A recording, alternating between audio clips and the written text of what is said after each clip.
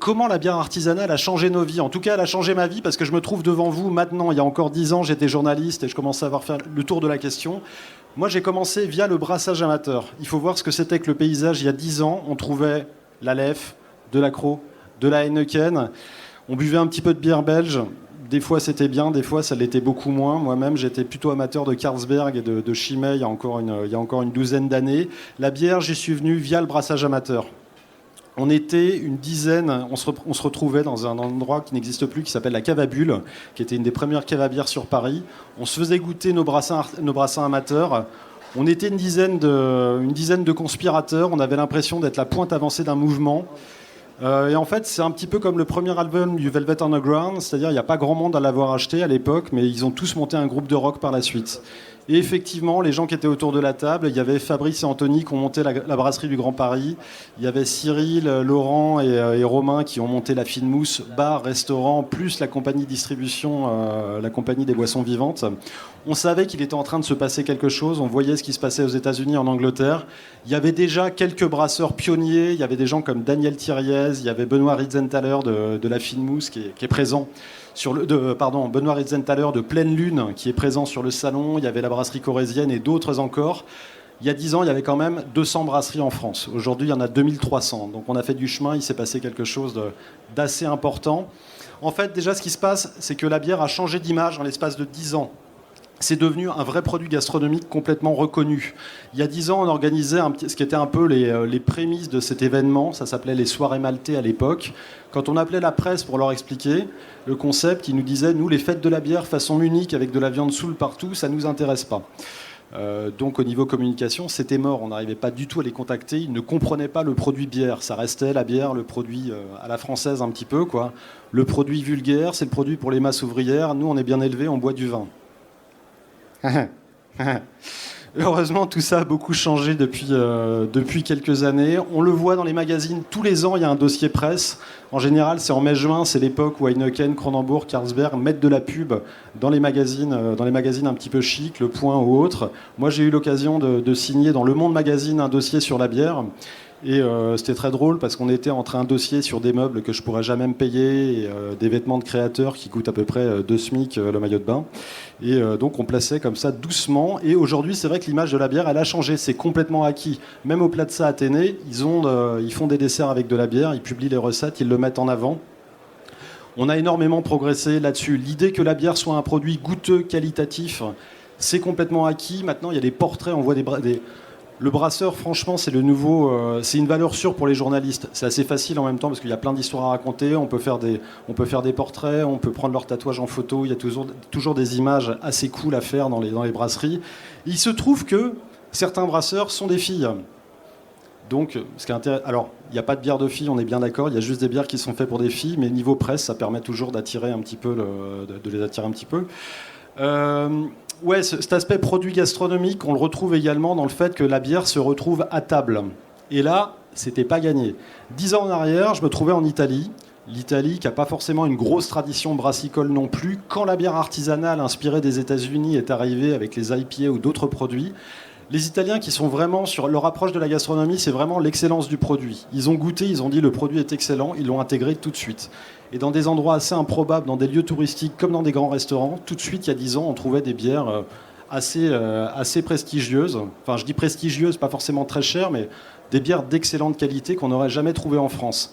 Ça a mis le temps, mais aujourd'hui, on commence à se rendre compte que ça a sémé un petit peu partout. Alors, tant qu'à parler de sommellerie, la sommellerie française, c'est une discipline française qui a un petit peu d'un siècle maintenant, très codifiée, avec des mœurs très très bourgeoises. Il faut faire attention à ce qu'on dit quand on parle de vin, sinon on subit un petit peu de mépris social. Et la bière progressivement fait son chemin. Alors, il y a quelques établissements spécialisés. À Paris en particulier, c'est pas les seuls, mais c'est quand même... bon, déjà, ils ont de l'ancienneté. Puis, moi, je trouve que c'est une des meilleures. Il y a la Fine Mousse restaurant. La Fine Mousse, c'est un bar dans le 11e. Ils ont également un restaurant qui s'appelle la Fine Mousse, qui est positionné gastro et qui vous propose des accords avec de la bière. Tous les plats avec de la bière. On peut faire la grande tournée avec 8 plats différents. Donc, la sommelière de la Fine Mousse, c'est Bianca Dizon, qui vraiment a mis... tous les jours officie là-dessus, tous les jours fait des choix avec Victor Leclerc, le cuisinier. C'est Victor qui commence à qui fait ses courses, qui élabore ses plats. Il y a une discussion avec Bianca et au jour le jour, les accords sont proposés comme ça. Je veux dire que j'ai jamais été déçu. Je paye pas à tous les coups quand je vais là-bas, mais quand même, j'ai jamais été déçu. Donc, là, je vous ai montré mes bouquins. Je vais vous mettre mon logo. Voilà. C'est mon logo, je l'aime bien. Il y a du rouge, c'est cool. Ouais, voilà, pour le changement d'image de la bière, déjà, on a fait des grands pas. Ce qui s'est passé depuis 10 ans, qui est intéressant et qui a beaucoup contribué justement à cette montée en qualité, cette montée en image de la bière, c'est cet aspect à la fois fondamental et expérimental. Quand je dis fondamental, c'est-à-dire que la bière, c'est quand même un produit qui fait 2 milliards de chiffres d'euros par an en France. 10 ans en arrière, vous demandiez aux gens dans la rue comment on fait de la bière, personne n'en savait rien. On vous disait jus de houblon ou jus de malt, et tu dis ouais, mais c'est quoi le malt ? Ah, le malt, c'est avec ça qu'on fait du whisky. Et c'est vrai qu'il y a une espèce de culture générale de la bière qui s'est développée. 10 ans en arrière, les articles dans la presse sur le... Je suis un ancien journaliste, donc je me permets d'avoir la dent un petit peu dure sur quand c'est mal fait. Les articles dans la presse, c'était toujours des histoires de houblon torréfié, tout était mélangé, la torréfaction, la fermentation, c'était toujours assez épouvantable d'un point de vue technique. On essayait de repasser derrière, mais ça marchait pas. Je pense que tous les 3 jours en France, il y a un article qui est titré « La bière se fait mousser ». Bon, ça me fait pleurer des larmes de sang, ça m'énerve un petit peu.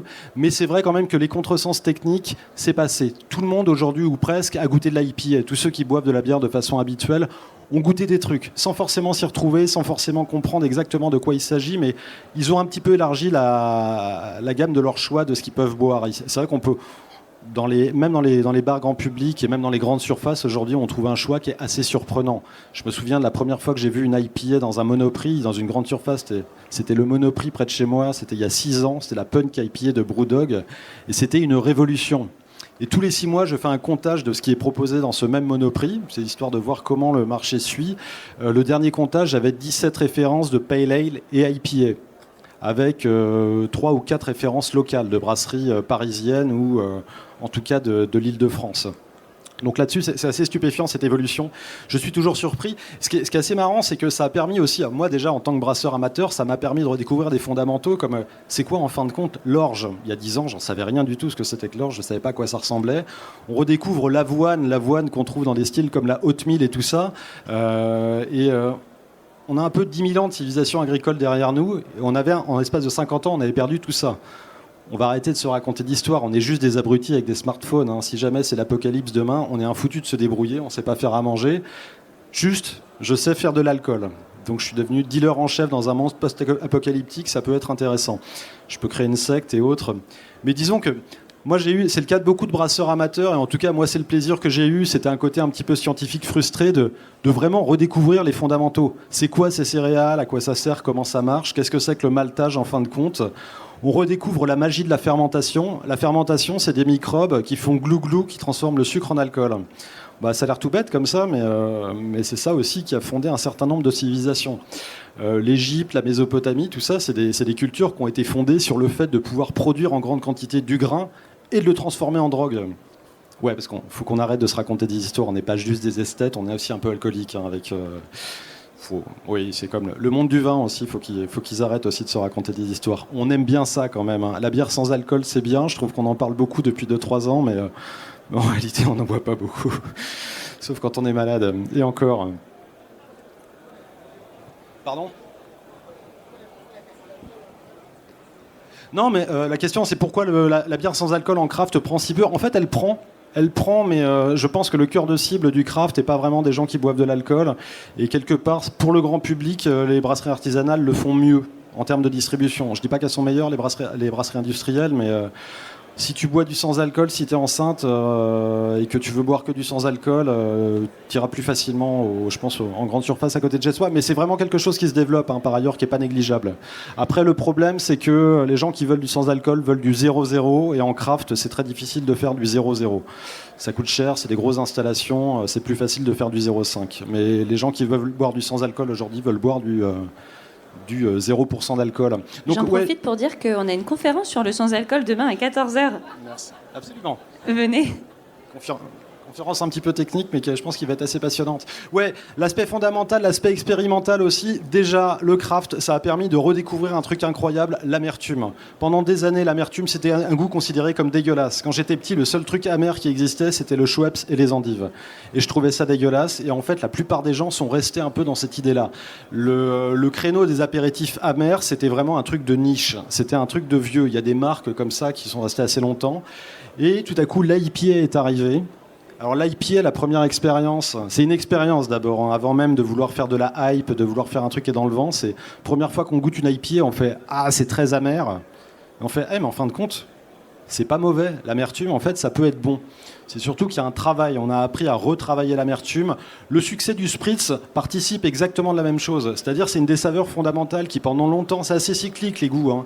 Il y a des époques où on adore le sucre. On est en train de sortir d'une époque très sucrée qui a duré des années 60 jusqu'à maintenant pratiquement. Et on est dans une époque où on réhabilite l'amertume. Ça c'est un truc qu'on voit avec la bière, qu'on voit également avec le chocolat noir. Le chocolat noir, il y a 10 ans, ça se faisait pratiquement pas. En termes de marché, ça n'existait quasiment pas.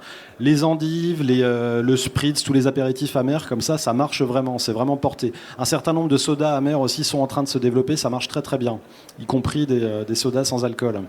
Disons qu'il y a une puissance aromatique de l'amertume quand même qui est... Donc là, il y a l'amertume, il y a l'acidité. Alors ça, j'aime beaucoup. Je pense que vous connaissez les bières acides. Si vous ne connaissez pas, que vous devez absolument goûter quelque chose, allez chez Espebay qui se trouve au fond de la halle. Ils ont une bière qui s'appelle la Surette. Incroyable. Incroyable. On y était tout à l'heure. Ce qui est assez surprenant, la première fois... En fait, les bières acides, pour faire de la bière, on va utiliser une levure qui s'appelle la Saccharomyces cerevisia. C'est la même levure que la levure de boulangerie pour le pain. On a des souches différentes, mais c'est cette bestiole-là qui va transformer le sucre en alcool. Quand on va faire des bières acides aujourd'hui, on va jouer avec des microbes qui s'appellent des lactobacilles. Les lactoses, ça sert à faire du fromage, ça sert à faire du yaourt, ça sert à faire de la choucroute. Et nous, on va jouer avec pour faire de l'acidité lactique. C'est pas la même chose que le citron, c'est pas la même chose que le vinaigre. Ça donne un côté un petit peu frais, un petit peu piquant. C'est assez marrant parce que quand on fait goûter ça à des gens qui découvrent vraiment, ça peut être très choquant. Pourquoi ? Parce qu'en fait, cette acidité-là, c'est tout ce qu'on a éliminé quand on s'est mis à pasteuriser la bouffe, quand on s'est mis à avoir des frigos, quand on s'est mis à avoir de la nourriture sous plastique. Donc c'est quelque chose qui avait complètement disparu de notre alimentation, alors que nos ancêtres ont bouffé ça pendant 10 000 ans. Tout ce qui était fromage, tout ce qui était hareng, les poissons, pendant des siècles, on s'est alimenté, les protéines venaient essentiellement des poissons, toute la façade ouest de la France, et le reste du monde de toute façon. C'est l'odeur de quand vous allez dans une épicerie africaine, asiatique, une odeur un petit peu bizarre qui tourne autour de la viande ou qui tourne autour des légumes séchés, des fruits séchés. C'est ça en fait, c'est la lactofermentation. On avait encore ça via les cornichons, c'est à peu près le seul truc qui restait. Et aujourd'hui, on redécouvre ça. Il y a tout un mouvement d'ailleurs au-delà de la bière sur la lactofermentation. C'est devenu, il y a pas mal de sites justement de do-it-yourself pour conserver soi-même ses légumes de jardin. Et c'est assez marrant parce que la bière est un terrain pour justement redécouvrir certains fondamentaux et expérimenter. C'est-à-dire qu'on va faire de la bière acide et on va rajouter de la mangue ou de la goyave, un truc qu'on n'avait encore jamais fait. Il y a un terrain d'expérimentation permanent. Chaque fois qu'il y a un nouveau houblon qui arrive, une nouvelle souche de levure, c'est testé. Ce qui est marrant en plus, c'est que bon, on ne va pas se raconter d'histoire. Souvent, les Américains ont beaucoup d'avance là-dessus. Beaucoup de houblons sont développés aux États-Unis. Donc, tout de suite, on bénéficie du retour d'expérience des Américains sur la dégustation, mais sur la technique. Parce que ça se parle beaucoup sur les réseaux sociaux. Donc, un nouveau houblon, on sait assez vite comment l'utiliser. J'ai vu 2-3 bières aujourd'hui, par exemple, avec du sabro. Le sabro, ça a été développé sur la côte nord-ouest, comme d'habitude, du côté de la Yakima Valley. C'est arrivé en France, la première fois que j'en ai entendu parler, c'était il y a 2 ans. Et c'était vraiment... il était nouveau, il était intéressant. C'est un houblon qui a des saveurs assez particulières. Et aujourd'hui, il y a eu un gros tour d'essai l'année dernière, au cours de l'été 2020. Et cette année, j'en ai vu partout. Et je pense qu'il y a pratiquement une dizaine de bières avec du sabro aujourd'hui. Bon, quand il n'y a que des bières comme ça peut être un peu ennuyeux aussi. Mais ça change. Il y a toujours cet effet nouveauté. Le défaut, ça peut être un côté un petit peu what next, où... toujours, on veut du plus fort, du plus acide, du plus amer. Mais c'est bien de revenir aux fondamentaux, c'est bien de boire une lager ou de faire une pale ale honnête de temps en temps, c'est assez sympa. Mais cette diversité quand même assez chouette, notamment pour la sommellerie. Ça permet de faire des choses assez extraordinaires. L'avantage de la bière par rapport au vin, c'est qu'on va de 0 à 15% d'alcool. On peut jouer avec tous les paramètres de l'acidité, de l'amertume, de l'effervescence. On peut jouer avec les grains, on peut jouer avec tous les arômes de houblon et on peut en plus mettre ça en barrique, rajouter des épices, rajouter des fruits, tout ce que vous voulez.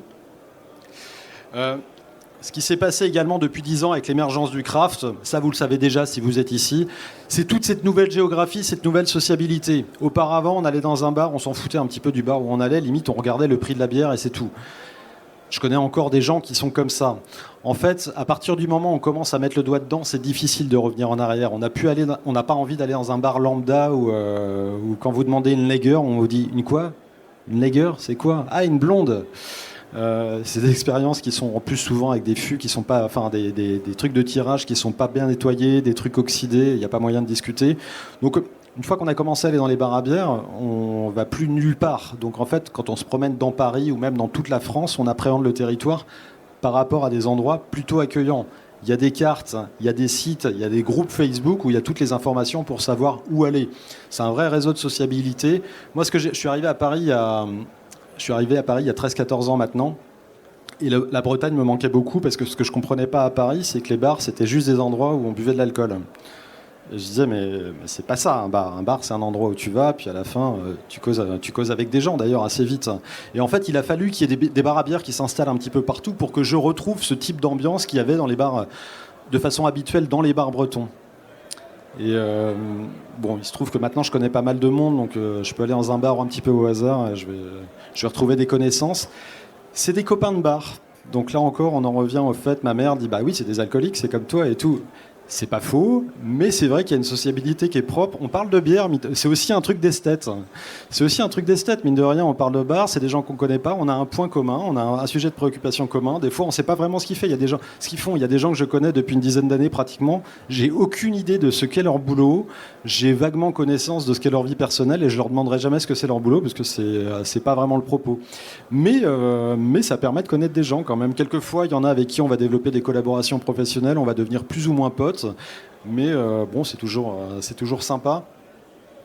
Et c'est vrai que même à l'international, on le voit de toute façon, on le voit moins en ce moment parce qu'ils sont pas trop là, mais on voit beaucoup d'Américains, par exemple, passer dans les établissements. Ils le savent, beaucoup d'Américains préparent leur voyage en France en regardant les établissements. Bon, c'est comme tout le monde, hein, ils regardent les notes sur Google, sur Facebook, mais voilà, on peut quand même faire des voyages un petit peu comme ça. Moi, en vacances avec la famille, il arrive régulièrement que sur la route, je dis tiens, c'est incroyable, il y a une super brasserie qui se trouve à juste 5 km. C'est complètement un hasard si on faisait un détour. Et souvent, j'oriente un petit peu les déplacements de mes vacances comme ça. Il y a un truc nouveau qui est apparu, c'est-à-dire qu'auparavant, les bières, on disait c'est les bières belges. Heineken, on disait c'est une bière hollandaise. Bon, la Heineken, c'est fait soit à Marseille, soit à Lille, soit à Strasbourg, à Schiltigheim. Tout ce qui vient de Carlsberg, c'est-à-dire l'Accro, la 1664, tout ça vient de Obernai en Alsace. Aujourd'hui, on est en train de se poser la question du terroir sur la bière. Alors, c'est une question qui est ouverte, qui est complètement ouverte. Alors déjà, il y aura une conférence, je crois que c'est la prochaine. C'est à 15h la conférence il y aura une conférence d'Arthur Farina, de Babab, de la brasserie Babab, qui parlera du terroir. Il y a Alexandra Berry qui est présente, je l'ai vu tourner tout à l'heure, qui a sorti un livre il n'y a pas très longtemps sur la question du terroir dans la bière. C'est complètement ouvert. Aujourd'hui, c'est qu'est-ce qu'on veut faire avec le terroir ? La difficulté, c'est qu'on a des maltes.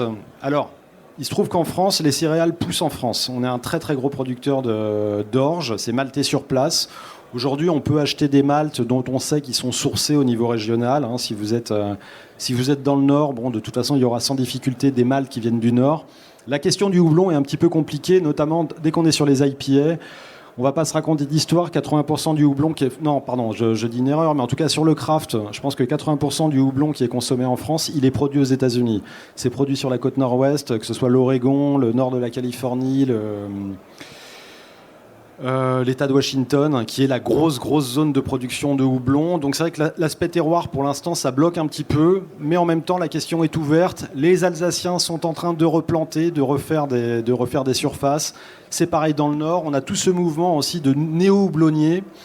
Souvent, c'est des maraîchers, des petits agriculteurs ou simplement des gens qui se lancent ex nihilo, qui commencent par planter 1 hectare et progressivement s'équipent et vont sur 2, 3, 4 hectares.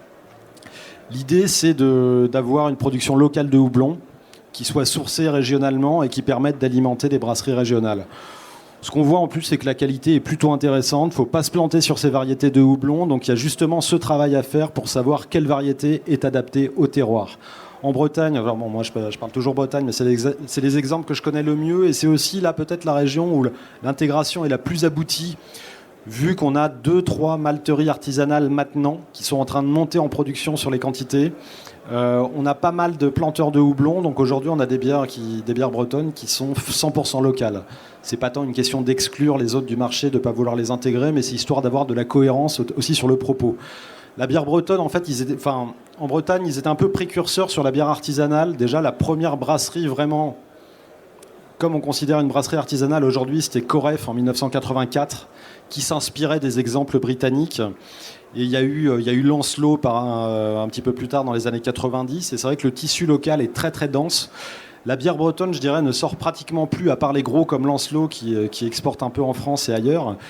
Sinon, toutes les micros, toutes les crafts bretonnes ne sortent pratiquement plus du territoire breton parce que c'est consommé sur place. Il y a quelques années, c'est la brasserie Baril à Brest, Benoît Cor, qui me disait, bon là j'ai racheté des cuves, on va augmenter la prod de 40%, donc on va commencer à l'envoyer un petit peu à Paris. Et je le vois un an plus tard, je lui dis, écoute, je la vois pas ta bière. Il me dit, bah non, Brest a tout bu. La question, c'était même pas de pouvoir l'envoyer jusqu'à Rennes, c'était Brest avait absorbé tout ce qui était consommé. Il y a encore, c'est assez incroyable, on vit une époque où il y a une filière qui est en train de se créer et qui a une marge de croissance, qui a une croissance de 15% par an. On voit ça une fois par génération, hein. C'est assez stupéfiant. Ça rappelle Internet dans les années 90, sauf que là, ça se bâtit sur quelque chose de très concret. On a vu des courbes de croissance similaires comme ça aux États-Unis, avec 20 ans d'avance sur nous. La courbe est toujours en train de ralentir, mais la courbe est toujours en croissance. Donc je pense qu'on a en nous aussi, on a été un petit peu long à démarrer, mais je pense qu'on a encore 10-15 ans de croissance minimum, hein. C'est un secteur quand même, on voit que c'est sain, on voit que c'est plutôt stable.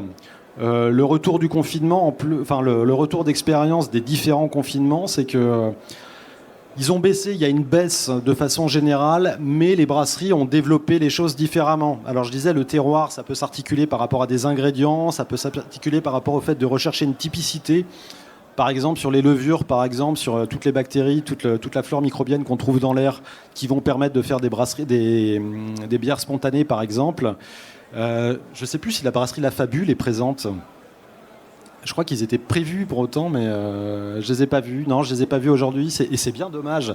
La brasserie La Fabule, c'est une brasserie qui se trouve dans l'Est. Ouais, c'est un endroit entre Paris et Strasbourg. Je descends jamais de voiture, donc je ne sais pas où c'est exactement. La Fabule, leur truc, c'est qu'ils jouent avec le spontané, c'est-à-dire qu'ils vont jouer avec des levures qui sont sélectionnées. Ils vont jouer aussi avec des levures sauvages, donc ça va faire des bières assez... c'est maîtrisé, hein. C'est pas non plus totalement wild. Il faut que ce soit bon, c'est un peu l'idée, il faut que ça se vende de toute façon. Donc, ouais, je disais, on peut jouer cet aspect-là sur l'aspect terroir. Après, on peut réfléchir à l'aspect terroir en disant, on veut de la cohérence économique, on fait des circuits courts, donc on va développer au maximum la vente directe. Donc, ce qui ne se faisait pas encore il y a une dizaine d'années se développe maintenant dès le début, dès la création des brasseries, d'avoir ce qu'on appelle en mauvais français un taproom. Bon, un taproom, c'est le bar de la brasserie, en fait, quoi. C'est l'espace dégustation. Mais on continue à appeler ça des taprooms. Ça me désole un petit peu. Enfin, je trouve ça pas très malin d'appeler ça des taprooms parce que je trouve que ça exclut le grand public. Or, il y a des geeks qui viennent à la brasserie, mais c'est surtout le grand public, hein, qui fait vivre les brasseries. Et mine de rien, je pense à la brasserie Cambier dans le Nord. Ils sont à Croix, à côté de Lille. C'est Daniel Thiriez de la brasserie Thiriez qui lui avait dit, là en fait il faut que tu ouvres un taproom, il faut que tu ouvres un bar dans la brasserie. Il a dit, mais non, je suis dans une zone industrielle, ça n'a pas trop de sens. Il l'a fait, il a monté le taproom, il fait 40% de son chiffre avec le taproom. Tous les jours il y a des gens qui viennent. La zone effectivement est moche, il y a juste un parking, il a une pièce qui est grande comme la moitié de la scène, et il fait 40% de sa production qui est écoulée sur place, donc avec une valeur ajoutée.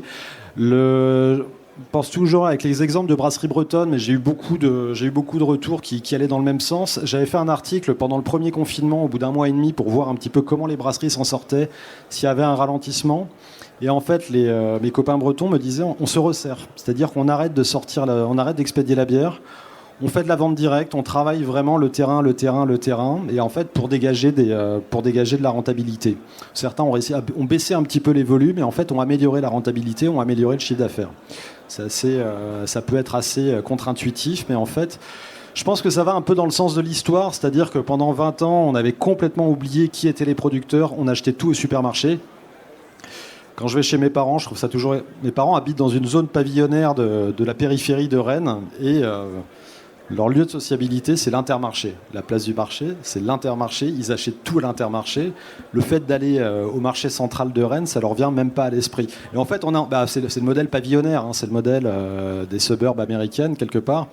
Et je ne dirais pas qu'on est en train de sortir de ce modèle, mais le modèle du local, du soin d'aller voir l'artisan local, quel que soit ce que ça veut dire, artisan ou pas, mais de savoir qui fait le produit, de savoir qu'on va le payer plus cher, de comprendre pourquoi on va le payer plus cher, parce qu'en fait on va acheter la qualité. Ça, c'est quelque chose qui est vraiment dans l'air du temps, que les gens acceptent.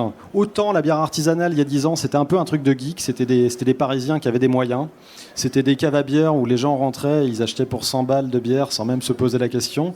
Aujourd'hui, on a des paniers qui sont moindres, mais ils sont plus nombreux. Le profil a complètement changé. De gens qui roulent pas forcément sur l'or, mais qui sont prêts à mettre 3,50 €, 4 € pour une bière de 33 centilitres qu'ils vont boire chez eux. C'est quand même assez nouveau. Il y a 10 ans, le prix de la bière était quelque chose qui faisait vraiment tiquer. Aujourd'hui, c'est compris, c'est admis. On comprend qu'on est sur une qualité supérieure.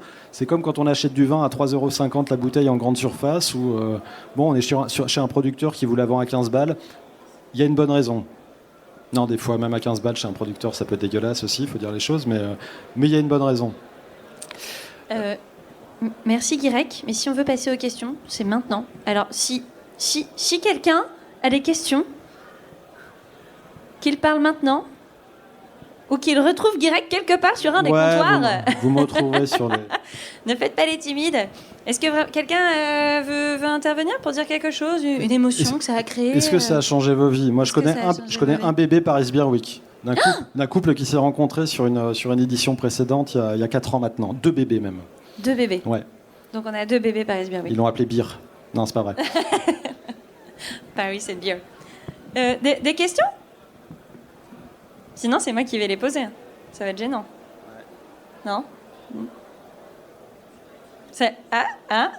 Monsieur? Ah, si, vous avez une question? Tout à l'heure. T'as une question? Je suis sûr que t'as une question. Eh ben moi, j'ai une question alors. Dis-moi. Parce que tu dis que du coup, ça a changé ta vie. Mais est-ce que tu te souviens précisément de la bière artisanale que tu as bu le jour où tu te dis, en fait, c'est ça que je veux faire? J'ai un copain qui s'appelle Gabriel Thierry qui, il y a 10 ans maintenant, il avait fait un bouquin sur les bières du Nord. Et comme moi j'étais journaliste et j'ai été correcteur aussi sur les articles, j'ai relu son bouquin et il m'avait renvoyé une caisse avec des bières. Dans cette caisse, il y avait une bouteille d'Étoile du Nord de Daniel Thiriez. Donc je goûte cette bière dont je ne connaissais rien. L'Étoile du Nord, c'est une saison, c'est le style saison. C'est blindé d'un houblon britannique qui s'appelle le Bramling Cross. C'est végétal, c'est terreux, c'est très particulier, avec une amertume très sèche. On aime ou pas, hein, c'est assez binaire, c'est radical. Et moi, j'ai adoré. J'ai dit, je veux boire des bières comme ça. Je commençais tout juste à brasser en amateur à l'époque. Je me disais, je veux apprendre à faire des bières comme ça. J'ai jamais réussi à faire un clone de la... Mais en fait, c'est en cherchant cette bière... que je suis tombé sur la cave à bulles par hasard, c'est-à-dire je savais que dans cet endroit-là ils vendaient de l'Étoile du Nord et c'est là que j'ai rencontré plein de gens et que mon destin s'est noué. Donc l'Étoile du Nord, et ça reste une de mes bières préférées. Dans tous les ateliers que j'organise, pratiquement tous les ateliers, il y a toujours de l'Étoile du Nord et c'est assez marrant parce que c'est une sorte d'étalon. L'Étoile du Nord a un niveau d'amertume qui est assez poussé, ça doit taper à 50-60 IBU peut-être. Aujourd'hui, quand je la passe, il peut y avoir une ou deux personnes qui n'aiment pas. On n'est pas obligé de tout aimer. Mais 10 ans en arrière, il y avait, je dirais même 5-6 ans en arrière, il y avait au moins la moitié de la table qui disait « Ah, c'est très amer, c'est imbuvable » et qui ne pouvaient pas le boire. Le seuil de tolérance à l'amertume a vraiment monté. Mais vraiment, tu le vois sur toute la population. J'ai été consultant pour Métro, le distributeur sur des histoires de bière. Eux font des tests consommateurs.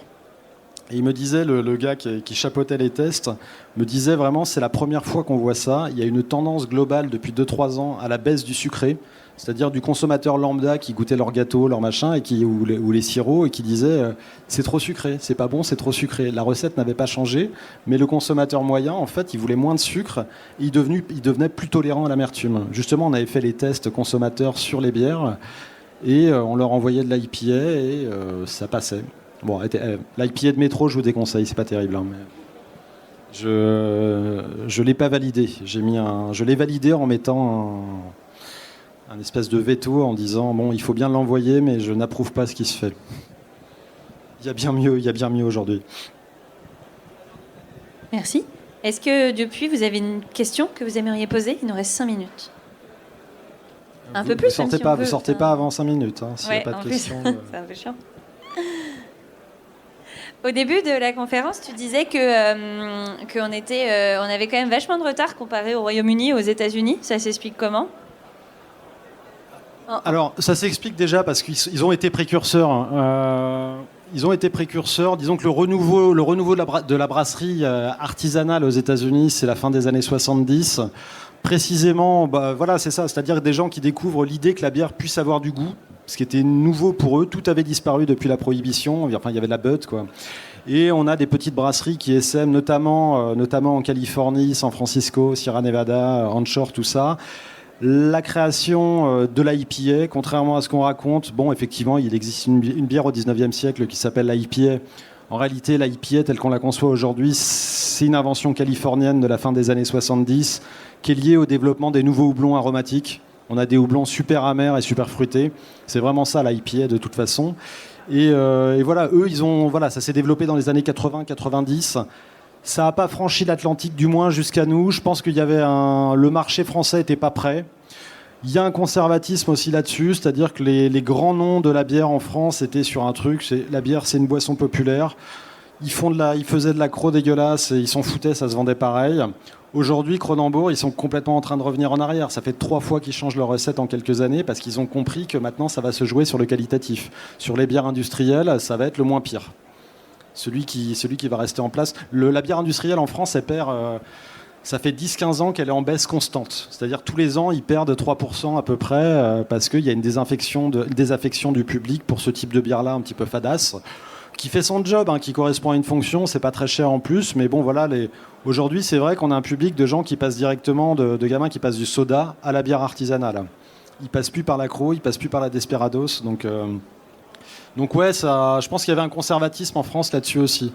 L'Angleterre, enfin le Royaume-Uni a été plus ouvert. Eux, ils ont redémarré tranquillement dans les années 80 avec, je n'arrive pas à me remettre le nom de la première IPA moderne au Royaume-Uni, qui avait un nom indien, la Rajpur, quelque chose comme ça. C'est pas grave, je vois très bien l'étiquette, mais c'est dans ma tête seulement.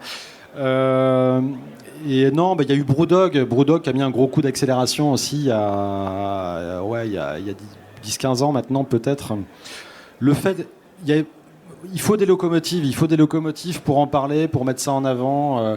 Aujourd'hui, c'est plus le marché du craft en France au petit doigt mouillé parce que c'est très très difficile à évaluer. C'est les syndicats, les organisations professionnelles de brasseurs qui arrivent plus ou moins à faire des évaluations. Ils nous disent que c'est autour de 7-8%. Le marché du craft, le marché des petites brasseries en fin de compte, mais qui est porté par une croissance de 15%. Aux États-Unis, c'est 20% à peu près. Le craft représente 20% du marché. La définition du craft américaine n'est pas exactement la même. Mais c'est pour ça qu'on a encore de beaux jours devant nous, quoi. Maintenant, le truc est installé, l'image, elle est là, il y a toute une filière qui est en train de se constituer. C'est-à-dire une filière parallèle. Il y a la filière des grands brasseurs qui font qui ont des contrats sur des quantités phénoménales de malt et de houblon. Et effectivement, il y a la petite brasserie, les petits brasseurs qui représentent que 7-8% du marché, mais par contre qui sont super impactants en termes d'image. Il y a 4 ans, le directeur de la communication de Kronenbourg disait, Philippe Collinet, disait les IPA de toute façon, c'est pas mon public, il aime pas l'amertume, il trouve ça dégueulasse. Bon, l'année dernière, ils ont sorti la 1664 IPA et la 1664 Lager non filtrée et non pasteurisée. C'est-à-dire ils savent très bien ce qui est en train de se passer, ils voient très bien le marché. Heineken a racheté la brasserie Gallia, brasserie parisienne, qui avait démarré il y a 10 ans de ça à peu près, qui a démarré progressivement. Et voilà, Heineken, ils ont essayé de développer leur propre Pelfort IPA qui était dégueulasse et qui n'a pas marché. Donc à la place, ils ont racheté Gallia, ce qui était beaucoup plus simple, d'acheter une brasserie, une marque déjà bien installée. Donc voilà, c'est marrant, des petits acteurs comme ça ont vraiment attiré l'attention des géants mondiaux. Parce que quand on parle de Carlsberg, quand on parle d'Heineken, c'est quand même des géants avec des chiffres d'affaires à plusieurs dizaines, plusieurs centaines de milliards par an. Oui, donc les petits hectollitres de chez Gallia, à la base, ça devait pas trop les intéresser. Ça les intéresse parce qu'il y a un savoir-faire, mais bon, directement, quand ils ont acheté Gallia, ils leur ont payé une usine derrière. Ils disaient non, on prend une prise de participation minoritaire, mais quand même, on vous achète une usine à 4 millions d'euros. Tu dis oui, bon, là tout le monde avait compris déjà à ce moment-là. Après, je veux dire, moi, ça fait longtemps en fait que j'ai cessé de porter. Je joue plus aux questions artisanales versus industrielles. Toutes les brasseries qu'on a aujourd'hui, en fait, sont des reproductions à petit modèle de ce qui se fait chez Heineken. Moi, j'ai visité l'unité de production de Cronenbourg, la C64 brute. La différence principale, c'est qu'en fait, leurs bières sont brassées à 10-12% d'alcool. Ensuite, elles sont coupées à l'eau, elles sont pasteurisées, elles sont diluées, donc c'est pas très intéressant. Mais leur bière brute, sortie de cuve de fermentation, c'est bon. La C64 brute, c'est bon. Les brasseurs disent heureusement qu'ils ne la vendent pas celle-là, sinon on est mort. S'ils décidaient de vendre ce type de bière, ils tueraient tout le monde. Donc c'est pour ça qu'il faut profiter pour l'instant qu'il y a un marché qui se développe très fort pour s'installer en tant que marque. Et l'avenir de la petite brasserie aujourd'hui, en fait, c'est de devenir des vrais industriels. C'est-à-dire que l'industrie, c'est pas un gros mot. L'industrie, l'avantage, c'est qu'il y a un contrôle qualité, il y a des procédures. Ça veut dire aussi qu'il faut une certaine éthique dans le travail. Moi, j'entends des trucs sur des brasseries qui... niveau social, c'est pas toujours ça, payent pas forcément toujours bien les gens, peuvent être un petit peu olé olé sur le cadrage juridique des contrats, des collaborations. Donc c'est pas plus mal de s'inspirer de ce que font les gros si c'est bien fait, quoi. C'est un très joli mot de la fin. Et à côté, on voit aussi des modèles de toutes petites... Et après, je m'arrête. Et à côté, on voit aussi des modèles de... C'est ça qui est étonnant, de toutes petites brasseries. On voit des gens qui vont produire 80 hectolitres par an et qui en vivent, qui arrivent à se verser un SMIC. Alors en général, ils sont déjà propriétaires ou ils sont dans la grange de leurs parents. Ils font tout en direct, mais je connais des gens effectivement qui se versent 1200, 1500 balles net par mois avec une toute petite production. Alors que chez Brasseurs de France, qui pourtant connaît bien le milieu, y compris les petites brasseries, vous disent qu'on ne peut pas être rentable à moins de 300 hectolitres. Bon, c'est un peu léger, hein. Quand on est à 81, c'est un peu risqué quand même. Moi, je ne le ferai pas. Mais on a plein de modèles de brasseries différentes. Ça aussi, c'est assez chouette d'un point de vue économique. C'est une filière qui se constitue, il y a une grande diversité. Mais je pense quand on revient dans 10 ans, ce sera très différent. Beaucoup de choses auront changé. Le marché aura complètement évolué, il y en a qui seront morts. Il y en a qui auront grossi, qui auront été vendus, et je ne me permettrai pas de juger quelqu'un à qui on propose un chèque de plusieurs millions d'euros.